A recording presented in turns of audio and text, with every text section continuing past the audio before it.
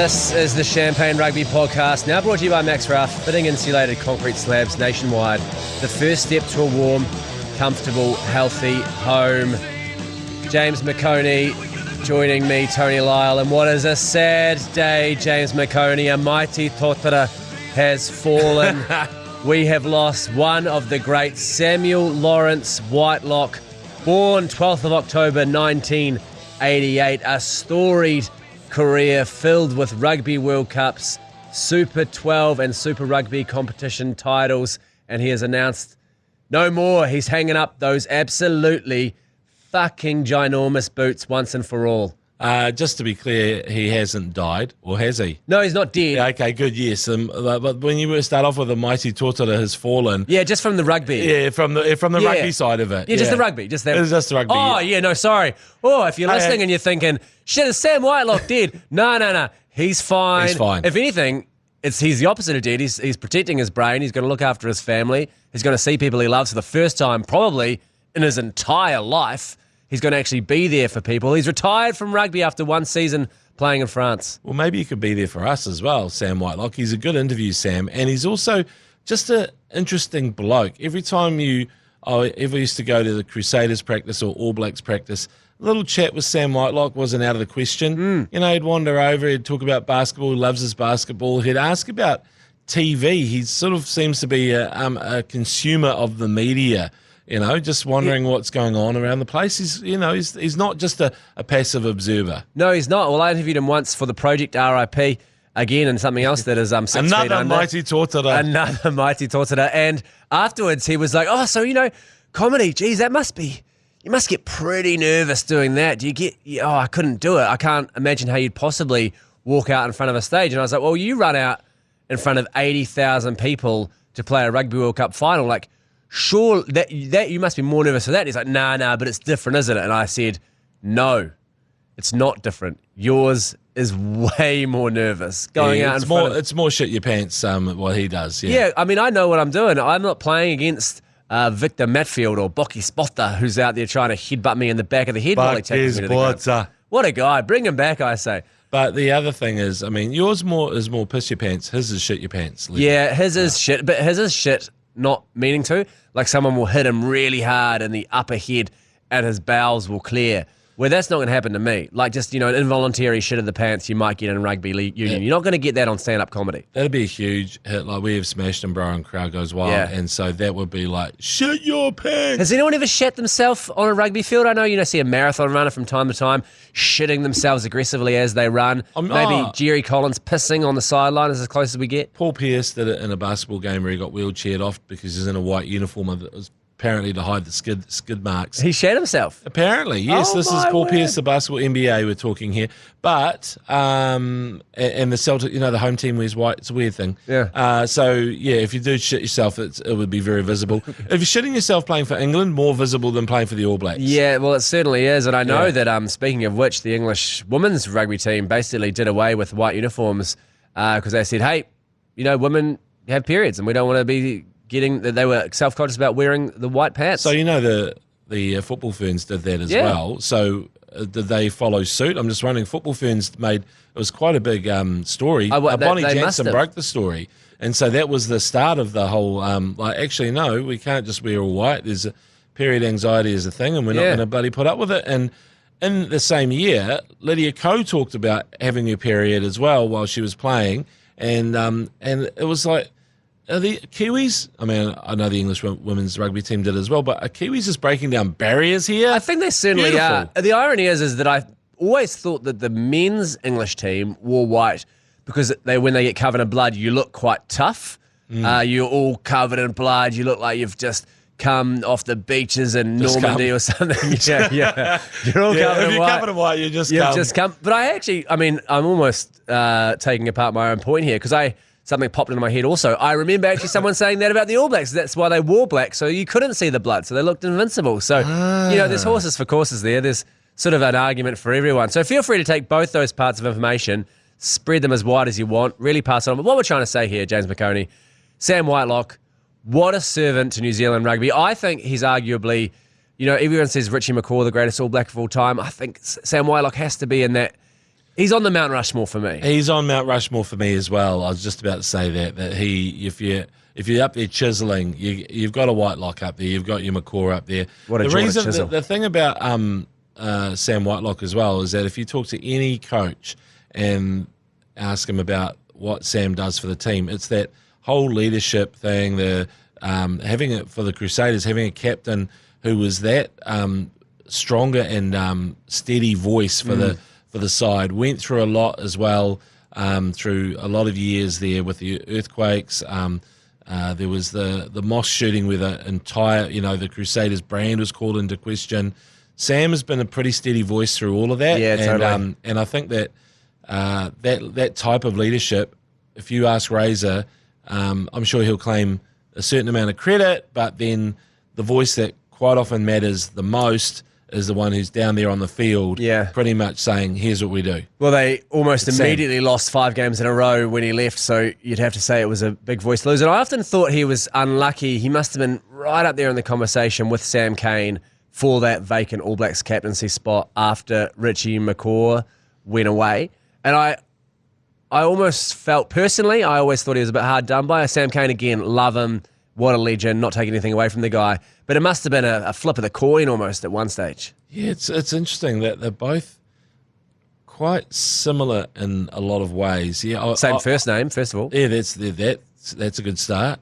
But there's also just, there's something about those two Sams. They operated pretty well, dovetailed nicely as a leadership group. Like the thing is, he's gone to Pau. He's playing for Pau in France. And now I looked at them, they were 7th on the ladder, just outside the playoffs. So, look, he might have a bit of a swan song of a playoff season, but I think he realises in his heart of hearts, he played his guts out to win that 7th title for the Crusaders, 7th in a row. He played his absolute guts out to try and, he took the turnover when the All Blacks beat Ireland in that quarterfinal, the most pivotal game of course, in the All Blacks World Cup history in a lot of ways. And then, one of the greatest tests of all time. And then, of course, the heartbreak in the end. How much is left, really? I mean, you get a nice time in the south of France, but you're playing lots of games where people are going for your nuts and your ring piece. It's not actually as fun as you think in France. You know what I mean? Just going to Pau, it just mustn't be the same. When you go to the game, you're like, "Well, what are we doing it for today?" And you're like, "Well, I guess these francs that they keep dumping into my account, assuming they still operate the franc over there in France, must certainly help." But other than that, you don't imagine there's much to get up for. I mean, he's playing with his brothers, isn't he? Isn't there a 3 of them maybe over there? Adam and Luke might be playing for bouncing Pau around. Well. I think that may be the whole reason. But he's obviously just going, "Hey, listen, I've had a million head knocks. My body's trashed. I've got children. I actually probably have more money than you can spend in a lifetime. I've got a garage door endorsement probably. I'm sure he's got a couple of... I do feel like he did have a few of the ones that were maybe tier 2 sort of endorsements, maybe a Lockwood Home or something like this. Not your tier 1 Dan Carter jockeys, when you come down and you're endorsing sort of the Centrum A to Z, that sort of one, where, it's not the glamorous stuff, but it sure as hell pays the bills. He's got more money than he can spend. He's got a Scrooge McDuck tank filled with coins in Canterbury somewhere, I'm certain of it. He can go down and live a simple life, see his kids grow up. I'm sure he'll get into coaching or something like this in no time. He's still young, isn't he? He's still under 40. So I think we are the same age. Are you? I just read his birthday, didn't he? No, he's younger than me by some margin. Devastating. Yeah, he's a year or so younger than me. So that's So he's a young fellow. He's got there's a bit of time on his side. I think. played a game with him once. Here we go. Here we go. So when I was playing for Varsity in Dunedin, I went up to Lincoln, and one of my friends was playing for Lincoln Prems there. And they basically were short on the bench, and I played lock, and obviously Sam is a giant lock.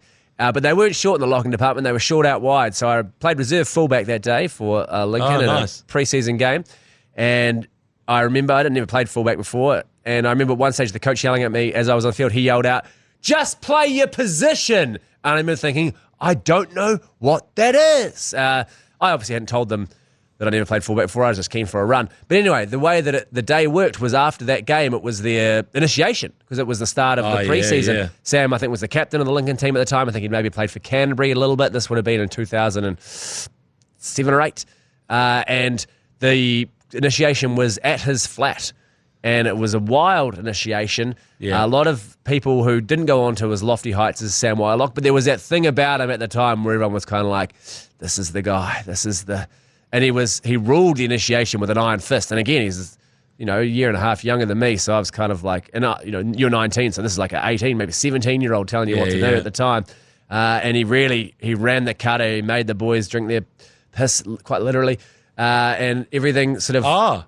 It was a proper Lincoln initiation. It really was. Someone smashed a window at the end with a hiking boot, and that was when Sam said, enough's enough. Off to town you go, fellas. Was there a pelican? Not that I recall. I don't recall a pelican. But there's a bit of Bear Grylls drinking your own urine. We'll plead the fifth here. I think, James McOnie, I think you can use your own imagination. There was certainly there was a communal jug which was made up of all the different remnants, and one of the fellas relieved himself in the jug when no one was watching. And then as one of the other boys had to scull his whole jug, and it was made of all bits and bobs of all the drinks, he finished it and he said, "Why was that warm?" And it was one of those moments that really sticks in your mind. But I do actually remember, and this is a true memory, of when Sam Whitelock found out that it was warm and that someone was pissed. He was the one to say, "Listen, fellas, enough's enough. We're not doing that anymore. Doing that." This is New Lincoln. He put his giant foot down and said... New Lincoln. But yeah, we just thought we'd pay homage to one of the greats. What a guy. Sam Whitelock, the greatest lock to ever do it, in my humble opinion. And that leads us to the games on the weekend. The Crusaders versus the Chiefs. And I was excited to talk to you about this, James McOnie. The Chiefs, mana, no more. The Crusaders back in the winner's circle within a humiliating 37-26 point win against the Chiefs. They're 1-5. Yeah, it's not 0-6. It was the one thing that they were trying to avoid, the nickname for Owen Franks there. But he's dodged that, and I'm happy. Points on the board. It's actually kind of cool because really the Crusaders, I don't want all the hate piling on Rob Penny and Riley Hohepa. Yeah. I'm quite protective of guys who come in and do the hardest act to follow, like following Freddie Mercury at Live Aid. Apparently it was David Bowie, so I guess he would have done all right. Yeah. He would have done all right. He should have done all right. He's happy. He's not going, no. But he's just going, I'm going to do my own thing. It's David Bowie now. Let's dance, put on your red shoes and... Not my favourite Bowie song, Let's Dance, actually. He would have definitely done that, though. He would have done it. Maybe, first up, that Ziggy song would probably tear the house down. It would have. It would have absolutely, it would have gone off. But yeah, the question of no DMAC, we can get to that a bit later. Well, but why was there no DMAC? So was it All Blacks rest? Let's get it. You know what, McOnie? Bugger it. Let's get into it now. Okay, well, we'll take that from the Type 5 and move it up. But the thing is... okay, sorry, Type 5. I'll make something up. That's all right. No, but the thing is, like, he was banged up, not abroad, but he was banged up, and they said, doesn't matter who they would have played, they would have rested him. So, but having said that, they also rested Tupavai and Samapeni Finau, which is a bit of a shitter because they got done over in the forwards as well.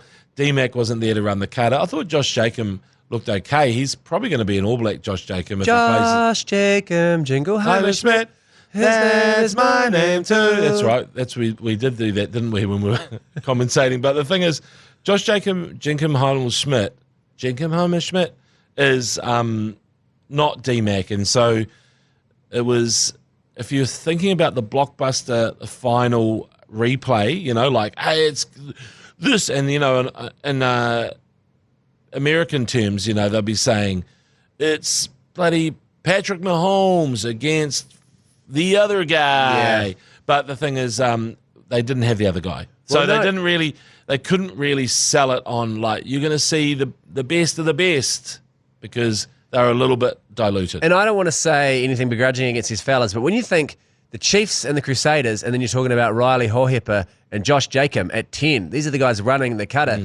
A few months ago, most people in rugby love New Zealand would say, who the fuck are you talking about? No one would know these guys, which seems outrageous to think these two glamour teams having, I guess that's just the rebuilding phase we're in.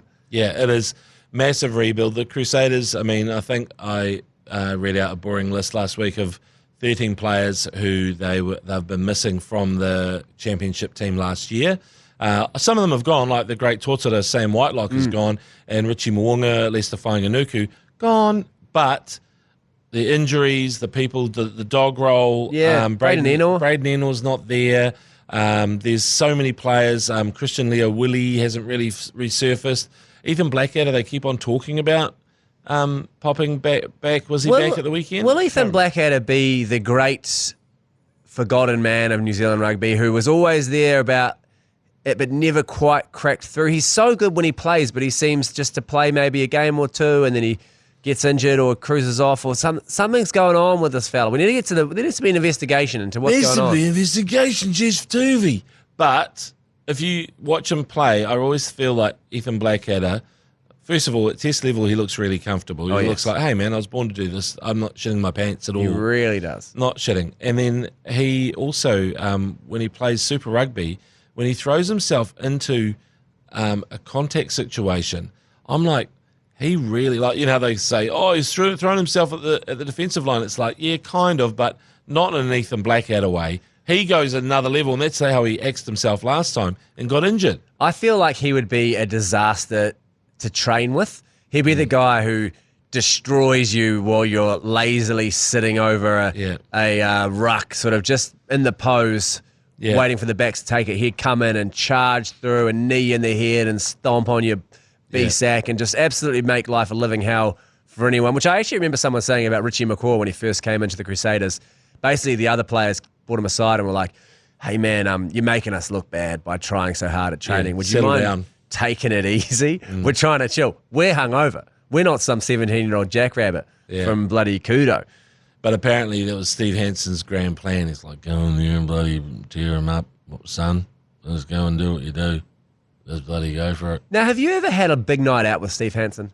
Not particularly, but I can imagine what it's like. I would love to see him at karaoke or cut loose or something and just, raise that monotonous drawl he has up an octave or two just to see him throw the shackles off. I would love to see him in the locked room after they won the World Cup.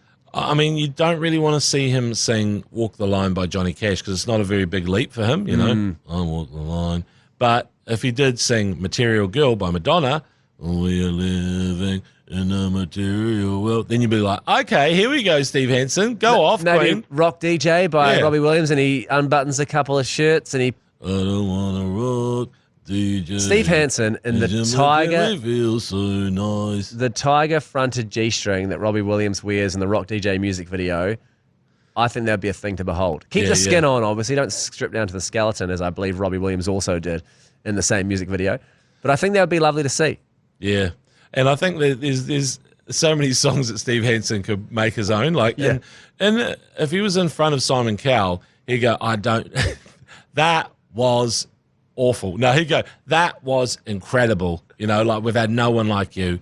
Yeah, and so it's like a Susan Boyle of the New Zealand Susan Boyle of Steve Hansen. I dreamed a dream of times gone by. Yeah, that kind of thing. Well, it's some really good stuff. And also, what else is good stuff, and I notice you've made a note of here too, is a lot of free-flowing tries in that game. It was running ruggy. Ruggy, yeah. You know what I'm trying to say here? Running ruggy. We're calling it that now. Yeah, running ruggy. There was a lot going on. It was a fun game to watch. It was, and I know you were enjoying it a lot more than what I was, although bloody good commentary, I've got to say, from the ACC, to the point where I was like, I might just stay home every weekend. But anyway, I did notice there was a couple of things Mania Stewart said. He said, Riley Horhepper looks like I think I look like after I've had a shave and a haircut. He goes, that is how I feel like I look. That was quite nice. Yeah, that is nice. But anyway, G-Lane, he turned up and ruined it for everyone. Yeah, obviously. What a devastating move from G-Lane. He was down there for one of the ACC Golf Opens, so he thought, why not show up the Grim Reaper and ruin the Chiefs' chance? And I mean, I'm sure this has been said ad nauseum on every podcast that the ACC produces, but should he be banned from all major sporting fixtures? Probably. I mean, I don't think it's a step too far. It's pretty easy to spot him. He always comes in with a bit of a full head of steam anyway, so you can spot a G-Lane in line. He's a bit unruly. He's already starting chants because he thinks that he's got the best chants from his Beige Brigade days, like small horse, all this sort of shit. You know how to find him. Just have the sign up, and I encourage every single Super Rugby, NRL ground, cricket ground to put up the sign. G-Lane will not be admitted. Have you seen this man? And just do a proper manhunt for him, like they did for Osama bin Laden. Yeah, we've got to get SEAL Team 6 in there just to double tap him. Anytime he approaches the compound, we've got to get rid of him. Out.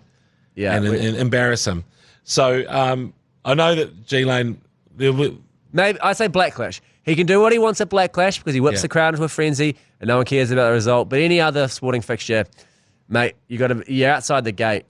Maybe we could get a little G-Lane cage outside. So he's in a cage outside the main entrance, and everyone walks in, and maybe they throw some excrement at him or something like that, just to almost like anger the gods and say, look, it's an offering to you. We've kept him out. We've humiliated him. We get him in a sort of toga or maybe a loincloth, throw some excrement on him, and as we walk in, everyone's little kids like spitting at him, yelling shame. And that's maybe where that Lincoln student is. Feel free to piss on G-Lane. Take a whiz on him as well. And then as you walk in, you'll kind of know. It's like touching the Believe sign above the door when you walk into the basketball court. You know you've done your part to contribute to the team, and hopefully they'll win. I think this is a great idea. We're going to get this off the ground. A G-Lane cage. So the G-Lane cage, you could actually move the cage over to the urinals as well, because you know how they sometimes have the fly, or you're reading the sports news.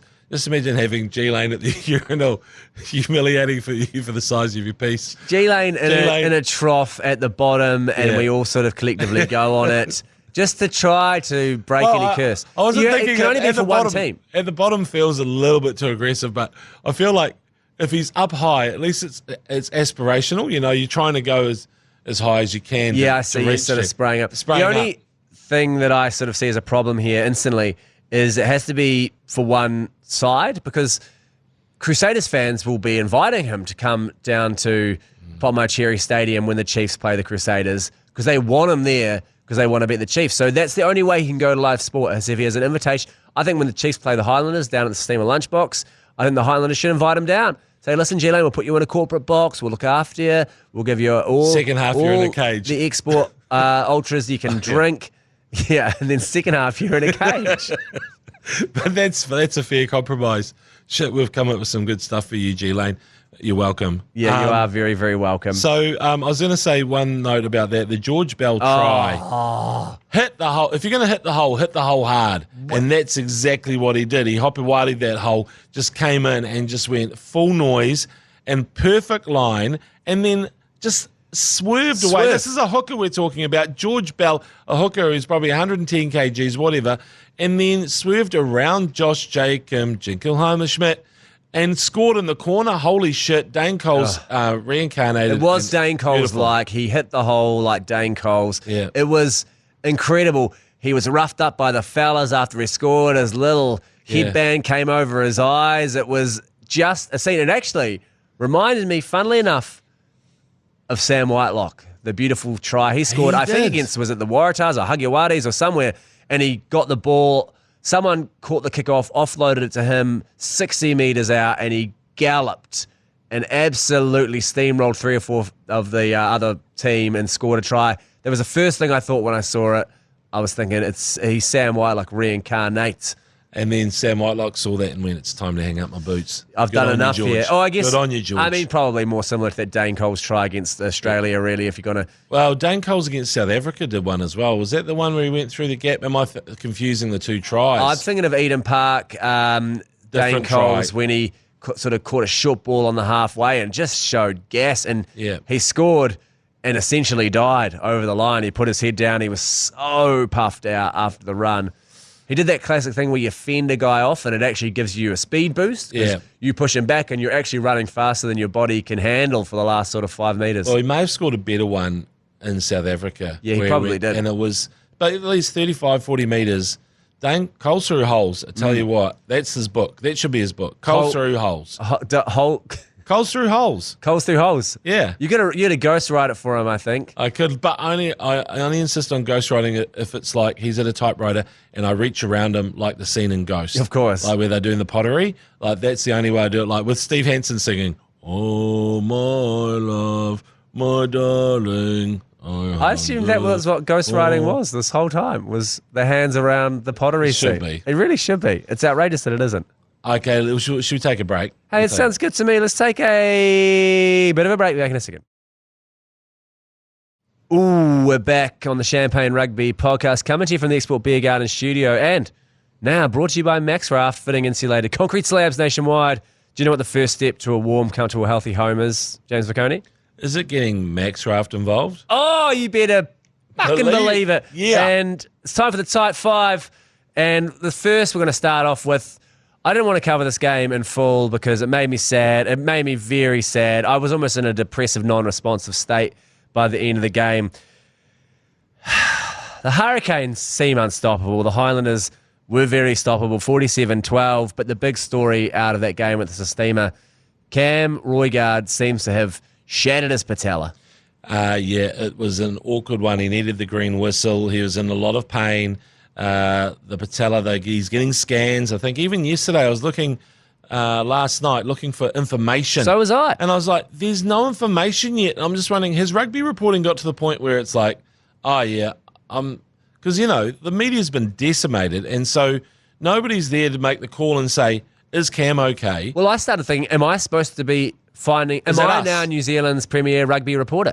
Do it. Well, they're waiting for Adi Savia to do it on his podcast or something and to find out what's wrong with Cam Roigard.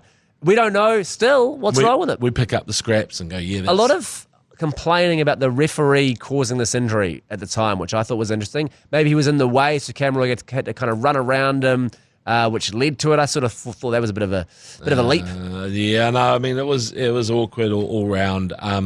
One thing before we get into the awkwardness of or how upsetting that injury looked is that the sunset at the Sistema was beautiful. It is. Did you see that shot? I could see the camera operator at the end of the ground going, I've got a shot, guys, telling the director, I've got this freaking amazing shot. Yeah. Forget the fucking rugby. Have a look at this. It's the most beautiful sunset through the Sistema lunchbox.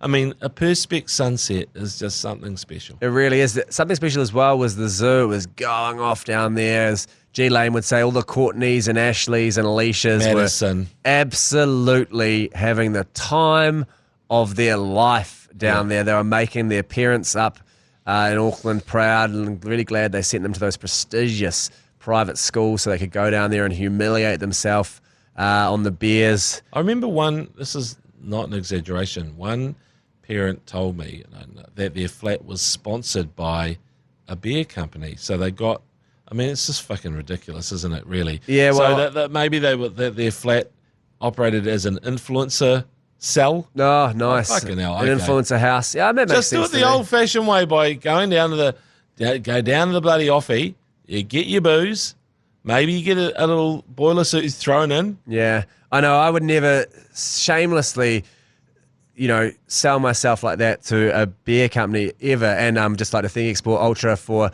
providing the refreshments today and coming to you from the Export Beer Garden studio. This is Champagne Rugby, and it wasn't from the Landers. It was so grim. It was so hard to watch. I actually don't think they were bad. They were quite bad. They weren't too bad, but the Hurricanes were incredible. It was outrageous. Everything sticking, just making it look easy. It was like men against boys. Yeah, just like to talk over that, which is, thanks to Export Ultra. The low carb lager that we've got here. Yeah, I mean, look, you guys, just wait your turn, Castle Street, okay? You'll get your chance for your sponsorship. The thing is that the game day good punt coming through with a Safuamua first 3 tries. Yeah. There were just moments where you just went, that game was always catch up for your Highlanders. Where it was the yellow card. From there was no coming back. And I'd like to say this on the record. Got to get rid of these soft yellow cards at the start of a game. Yeah. And then later in the game, something similar will happen and just nothing. But they seem like at the start of the game, they're so happy to give them out in that first 10 minutes. We haven't even had a warning. He went for what he thought was he wasn't trying to slow it down. He went for a turnover, 5 metres out, and you get a yellow card 10 minutes in. The game is essentially over as a contest from that point. It infuriates me. I agree with that. I think someone going for a turnover, where do you make the call there? Yeah. That's just an instinctive thing. Every player goes for it. And in fact, if you look at turnovers that are won, or half of them won are illegal. Yeah. And the other half, you could probably say that if they were supporting their own body weight, there's no way that if you actually ask them from that position to stand upright without pushing up, then you're not. You know what I mean? 100%. So there's so many turnovers. That's not the way. That's not the decision to rule the yellow card. I know that was a heartbreaker. That was Jacob Ratu Matavuki Neatkins. Yeah. What are we calling him? JKR Rowling. So if he, that was a bit of a nail in the coffin. I felt like it was just the way that the Hurricanes, every time they got the ball, made a break, like even from a kickoff. Or for a while there, every time they got the ball, scored a try immediately. Yeah, well, that was what I mean, is like that every time, like there was a kickoff where I think JKR Rolling went up for the ball, Ruben Love came down with it and then sprinted about frickin' 40 metres. So is there a more glorious man in New Zealand rugby right now than Ruben Love? He's, first of all, easy on the eye. The marketing companies, I mean, Export Ultra must be licking their lips thinking, let's get a contract in front of this guy. Yeah. He's, everyone, ladies love him, the fellas love him, ladies want to be with him, men want to suck him off. You know, he's just an incredible fella. Surely he's putting his hand up for higher honours at the moment, the way he's playing. It's outrageous. Yeah, he is. He's talented. And then you got Godfrey breathing down his neck, and that's just two incredible, juicy-thighed men from the Central North Island. Quadzilla. And just a lovely little dusting of a tan as well. He's just... Oh, yeah, the Ruben's it's super the blonde hot. hair, dark complexion thing. Just... Sorry, I'm getting all worked up. Well, that's all right. Well, by the way, TJ Petinado, the OG, 60th try. Julian's on 61, so that record could change hands very soon. Super Rugby try scorers. So there's one other point that I did want to make from that game. So many bloody intercepts, mainly from your mate Reece Patchell. Yeah. But then in the Chiefs game, there was a Josh Ioane intercept as well. And I mean, look, I know that people go, oh, you're just some fat guy. You wouldn't even know how to pass rugby ball. Well, actually... Yes, you're right. I think you're looking pretty good at the moment. Thanks, mate. But it's more that intercepts don't need to be thrown in those situations. If you're trying to reach your winger and you don't have a full view of what the defence is doing, you airdrop that ball, you rainbow the ball. Yeah. It's a harbour bridge pass. You don't throw it at a level that's chest or eye level for the defender coming through, because that's just, you're just handing it to them on a platter. Yeah. Whereas if you throw that high so that the only person who could possibly intercept it is Victor Wembanyama, who's a tall NBA player by BT Dubs. Very tall. 7'4". That's the only guy who should be able to even get close to it, because you're trying to basically get it over to that guy. Whereas doing it like a nice kind of like, I'm going to throw this frozen rope, it's going to be so sweet.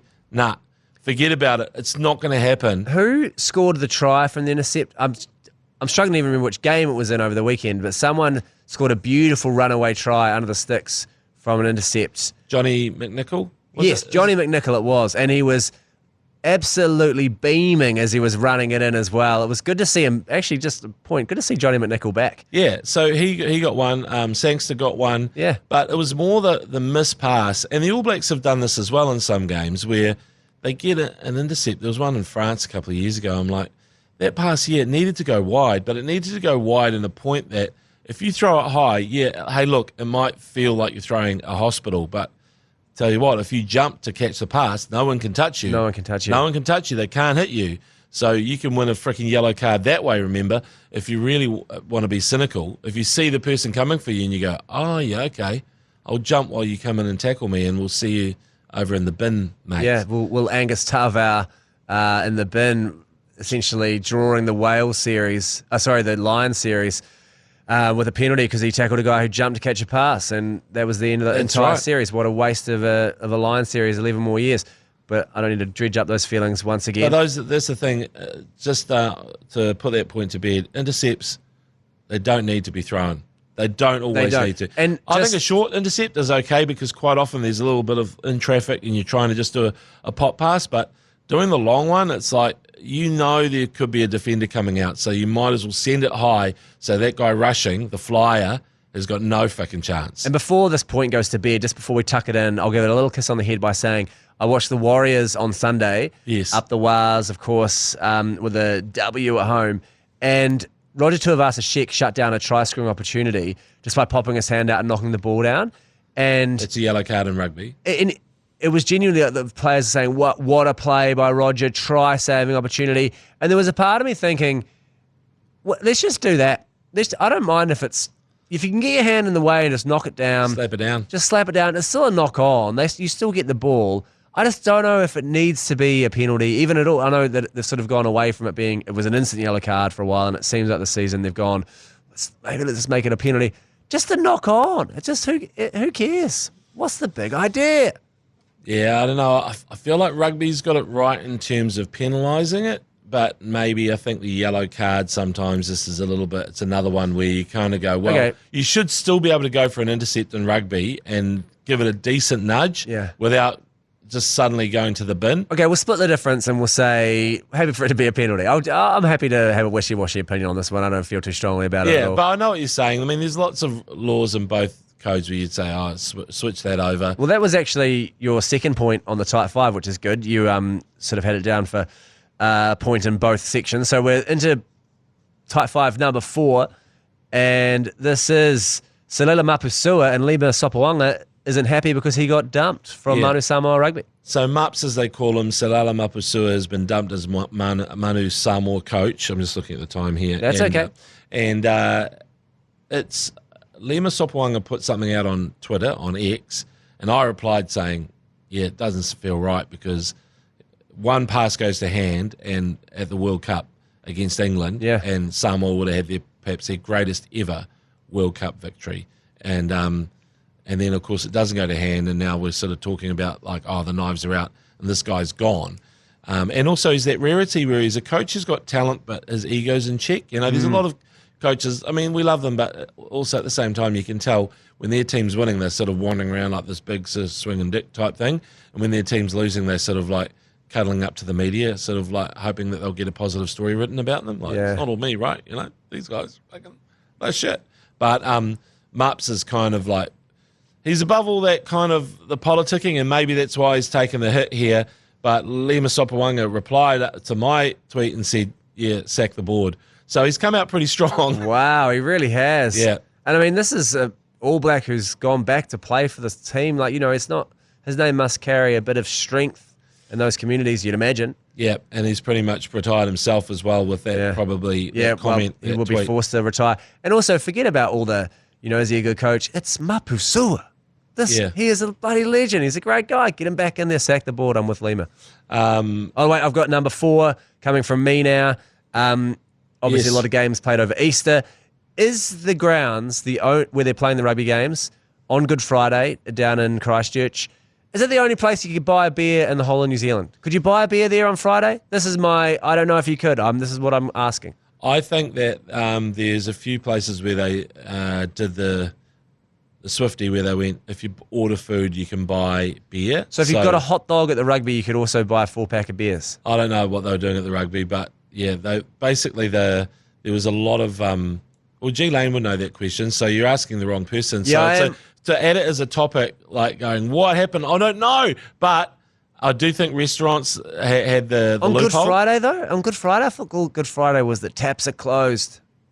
I don't know this. I didn't go to a restaurant on Good Friday. Yeah, no. Again, I'm asking questions and saying answers and not even being sure. Let's move I'll do my own research and we can come back and report on that. It's a good thing to probably get stuck into. Well, we are New Zealand's most prominent rugby reporters at this stage, and we'll find out about Cam Royd's patella as well. We certainly will. L5 McOnie. This looks very exciting. I noticed your little booklet there you're holding. Yes. So I went to the Pacifica Rugby Hall of Fame dinner, the inaugural dinner.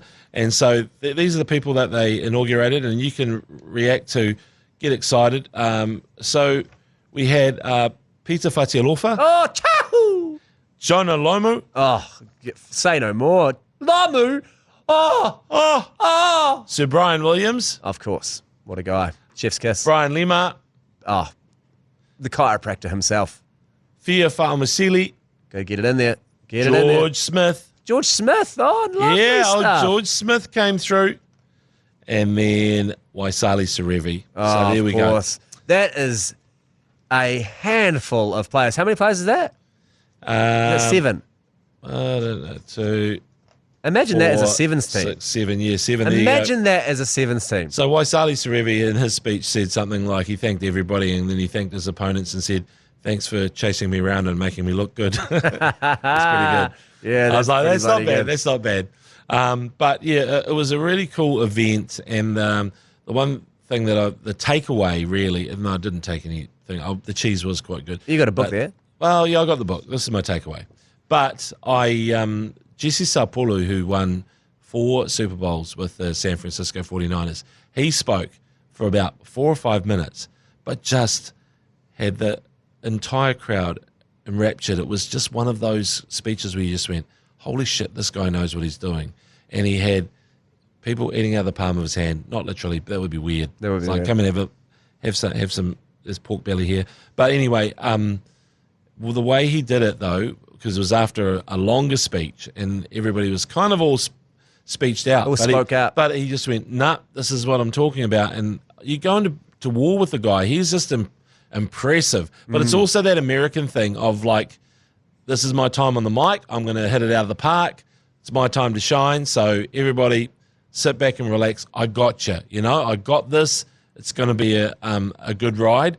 And one of the greatest 5-minute speeches I've ever witnessed in my life. And what an absolute hunk as well. Jesse Sao Paulo in his playing days. Just the tight moustache, lovely little boxed out haircut. I like his style. Yeah, he had a good rig. He was, and he could sort of, he was on the offense team, but he was sort of operating as a guard. He was big enough to be a guard up the front, and then, I don't know, he sort of switched out and did a few other roles there, but he was, centre. I think he played centre. Did he say, hey, also while I'm here, if anyone wants to come over and play NFL, money's really great. You know, there's way more people than this. You get to live in a different city. Does anyone want to come? Does anyone want to go? Because Caleb Clark was there, Mark Talia was there, and maybe he should have just sidled on over and said, I've got something for you. Caleb Clark as a running back would be immense. Crazy, eh? Because they have the little running back and then they have the big running back. And Caleb is definitely perfect for the big running back. Absolutely perfect stuff. We're going to take a quick break and we're back in a second with this week's TAB Game Day Good Punt. Ooh, and we're back. It is the Champagne Rugby Podcast brought to you by Max Raft and the ACC this week. Couple of games they're covering. I'm not actually doing any of them. So, hurtful stuff. Didn't get the email. G Lane, if you're listening. Where's the email, fella? I believe McOnie and G Lane are both doing both games, which explains why I didn't get the email. That is the Force and the Blues on Friday night from 7 o'clock, and Moana Pacifica and the Chiefs Mana from 7 o'clock on Saturday, live on Sky Sport 9 or free on iHeartRadio. So do try it. In the TAB Game Day Good Punt this week, it's a bit of a doozy, it has to be said. The Blues to score the first try of the game, and that to be the first score of the game, and that's paying $1.90, and we're going to couple that up with the Chiefs to do the same thing in their game against Moana Pacifica. $100 bonus bet for a potential return of $250 to add to the kitty. Head to TAB website, tab.co.nz, or download the TAB app to check out all the rugby union promos in the boosted odds market. And it is a interesting weekend, I reckon, this weekend of footy over at Super Rugby. I mean, we had it all last weekend. As I mentioned, we've got the Blues playing the Force this weekend. Rebels playing the Ndrua in Melbourne. Great game to get along to. And the only other game this week is the Brumbies and the Tars. So if you love your Australian derbies, you'll bloody love that one. But as a Highlanders fan, I love them having a week to just relax, put their feet up, recover, have a sleep, lick their wounds, and come back into round 8, where they'll be looking to beat the Rebels over in Melbourne. And maybe I'll try to go to that game. That seems like an outrageous thing to say, but bugger it, we'll do it. And hey, you can go and do whatever you want now because we're done here. James McOnie's actually already left. If you're wondering why I'm doing all the talking, he said, I've had enough of this horse shit. He stood up, he slammed the door, he tipped over a light. He's furious the Chiefs lost, and I don't think he's slept since, to be honest. He was drinking heavily out of a mug. There was a coffee mug, but it had what looked like Merlot in it, and I don't know if he's put that mug down since the Chiefs lost. So hopefully he recovers in time for that game on Friday night, so make sure you're listening to that. And we'll be back next week for another riveting episode of the Champagne Ruggers Podcast.